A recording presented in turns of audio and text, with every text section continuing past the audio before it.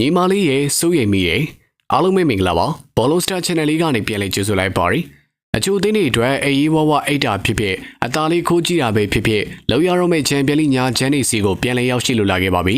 ဂျိုဂျာလီတို့ကတော့လီပွဲရှုံးကနေပြန်မလာနိုင်သေးပဲချန်ပီယံလိမှာလည်းဂါလာတဆာရီကိုအဝေးကွင်းမှာဆက်လက်ရှုံးနေခဲ့ရပါတယ်ညီမလေးတို့ချက်စီအတွက်ကလည်းဒီတစ်ပတ်ကခက်ခဲတဲ့ပွဲတစ်ပွဲဖြစ်ခဲ့ပါတယ်ချက်စီတင်းကဆီယာအောင်မိုရီညိုရဲ့ဘင်ဖီကာကိုStamford Bridge မှာအခန့်ခဲ့ရပြီးတော့1-0နဲ့နိုင်ရခဲ့ပေမဲ့စိုးရိမ်စရာအခြေအနေတစ်ခုတော့ရှိနေခဲ့ပါတယ်။ချက်စီကတော့နေရာဒီတုန်းကကလပ်ကပ္ပဖလားချန်ပီယံဖြစ်ခဲ့ပေမဲ့ဒီအဒီမှာတော့ထင်နိုင်မပေါက်ခဲ့ပါဘူး။ဒီပွဲမှာလည်းဘင်ဖီကာကိုအကျိတ်နဲ့ကစားခဲ့ရတဲ့ချက်စီကအုံကိုနဲ့နိုင်ရရှိခဲ့ပြီးတော့ချန်ပီယံလိနိုင်ပွဲစတင်ရရှိသွားခဲ့ပေမဲ့ချက်စီရဲ့စီကံပိုင်းကတော့စိုးရိမ်ရေမှတ်ကိုရောက်ရှိနေခဲ့ပါတယ်။ချက်စီရဲ့အသစ်စူပါစတာလီဂျာအိုဘက်ထရိုကမိနစ်60ကြာမှလူစားဝင်လာခဲ့ပေမဲ့နဝတနီထီပြီးတော့ထုတ်ပယ်ခံလိုက်ရပါတယ်။တကားချက်စီတင်းအတွက်နောက်ဆုံး၄ပွဲမှာ၃ကက်မြောက်နေခဲ့ပဲဖြစ်ပါတယ်။ချက်စီကမန်ချက်စတာယူနိုက်တက်နဲ့ပွဲမှာရောဘတ်ဆန်ချက်ဘရိုက်တန်နဲ့ပွဲမှာချာလာဘာတို့အနီးကပ်ထိပြီးတော့ရှုံးနေထားခဲ့ရတာပါ။ချက်စီရဲ့စီကံပေါ်ပြတ်မှုကပွဲတိုင်းနီးပါးဖြစ်လာပြီးတော့လူစင်အားနေနေတဲ့အသင်းအတွက်တပူပုံတပူဆင်းစေတာကြောင့်ပရိသတ်တွေကြားမှာဝေဖန်မှုတွေကများပြားနေရပါတယ်။ချက်စီအတွက်အောက်တိုဘာနိုင်ငံတကာပိတ်ရက်မတိုင်ခင်မှာ